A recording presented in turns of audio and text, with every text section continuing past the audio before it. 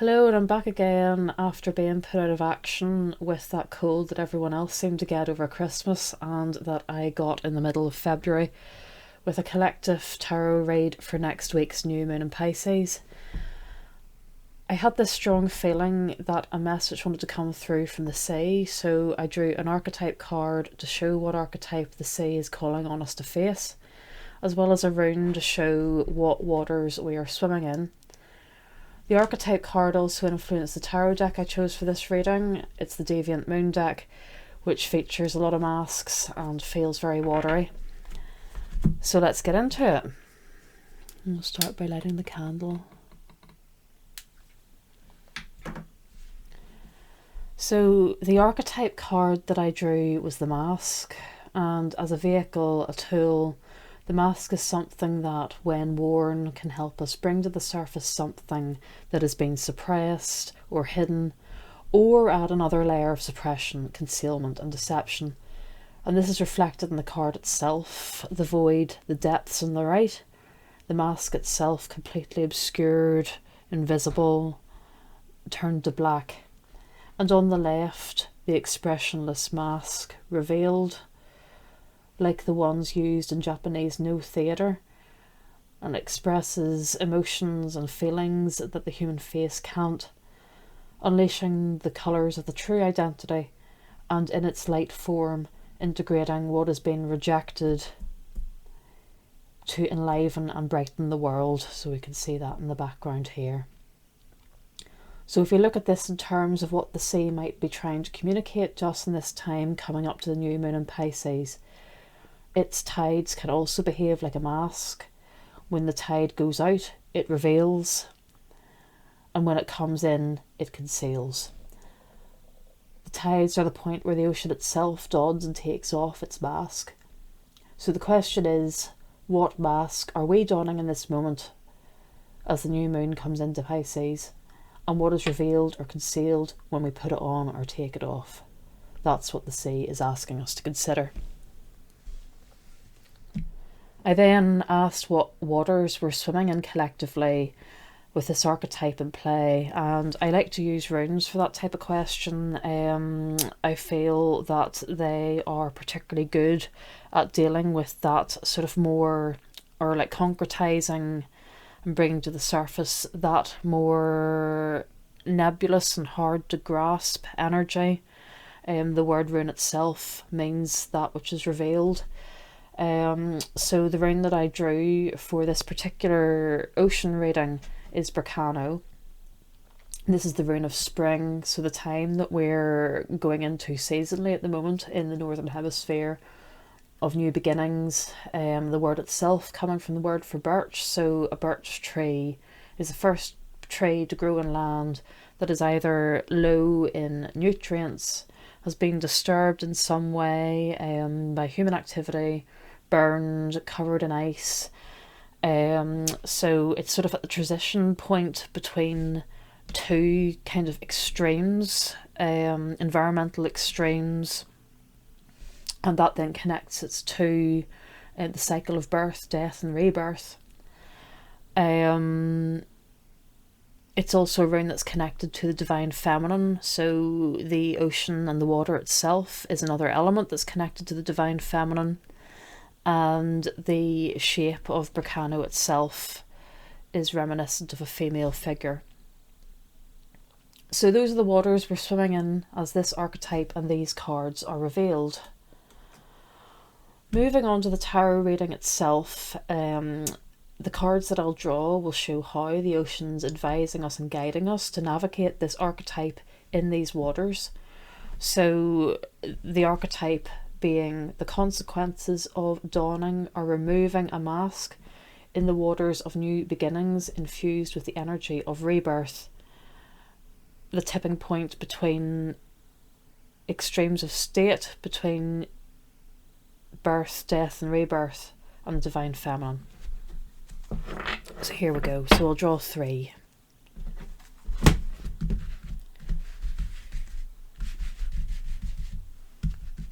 And so the intention with these cards is to ask how the ocean is guiding us to navigate the archetype that it has revealed in the waters that we're currently swimming in.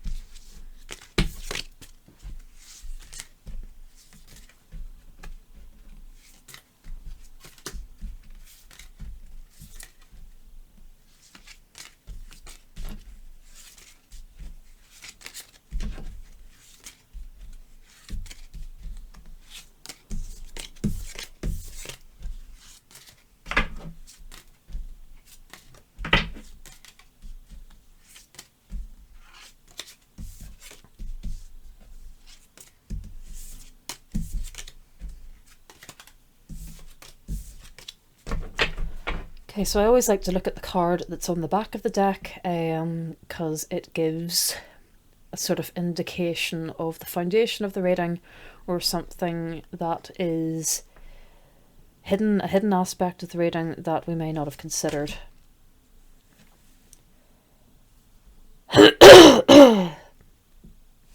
Okay, so I'll bring this to the centre for now.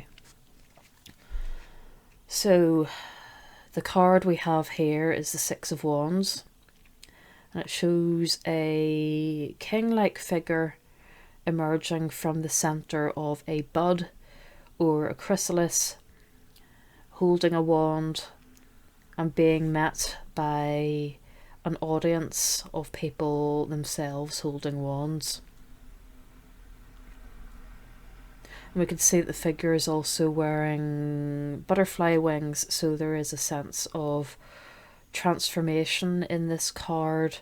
The results of that transformation is being greeted by the people witnessing that transformation. And we can see here too, so one of the masks that is used in the Deviant Moon tarot, one side of the mask looking like a half moon, which is sort of encapsulating another side of a face here that is in a state of either mid-sleep or mid-becoming awake. And it's also red, which reminds me of a blood moon. So a blood moon is what happens during a lunar eclipse, and is also associated with times of major transformation, leaving the past behind, releasing something that no longer serves you, and shifting into another higher timeline. And in its most fundamental form, the Six of Wands is a card that's connected with overcoming adversity, recognition after a lot of personal effort. So efforts have been recognised. So what this card shows is the outcome of change and transformation, victory, the emergence of a new heroic type. And that's the sort of unspoken hidden part of this reading. Of course, looking at the archetype that we have here about the mask, there is also a warning about the mask that is being worn here, and against idealization and bringing in a new idol to replace a former, and the nuances and the tensions with that. At what point does an idol stop reflecting the reality? So the next card in the reading about how we navigate this archetype of the mask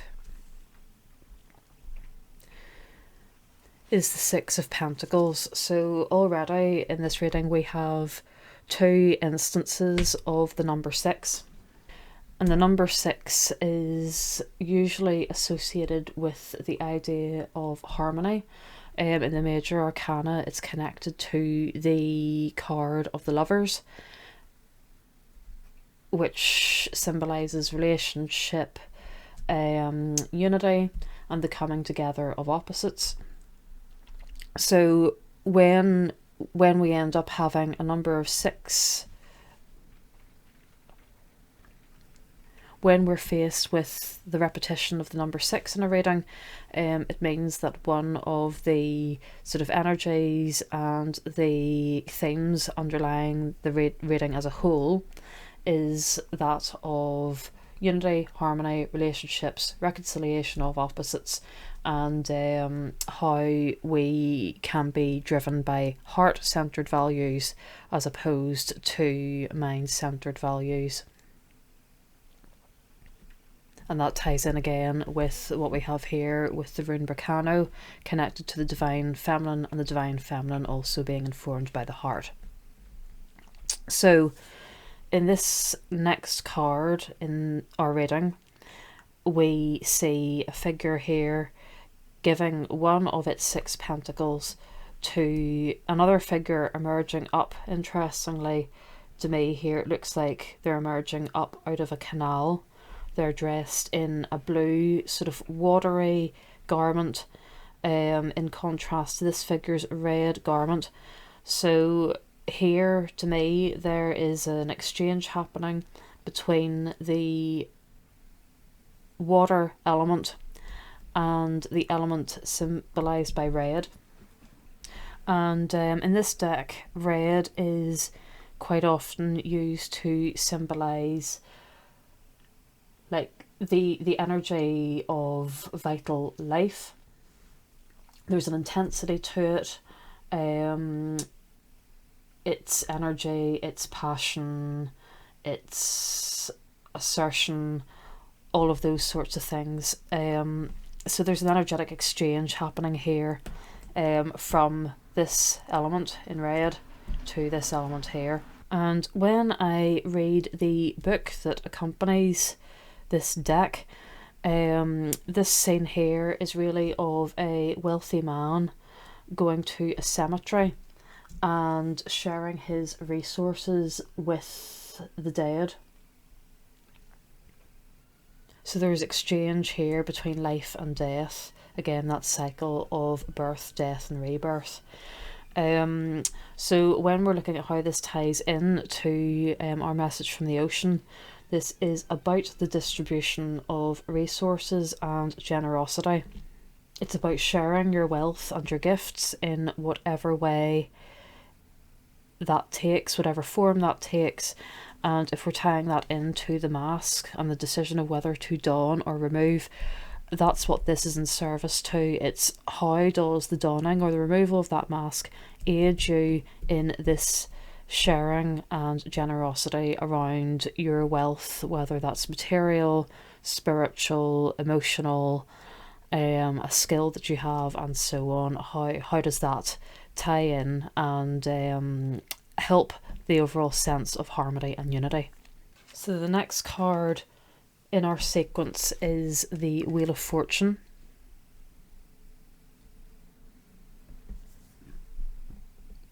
And again, we get a reinforcement of the idea of cycles changing, the cycle between birth, death and rebirth.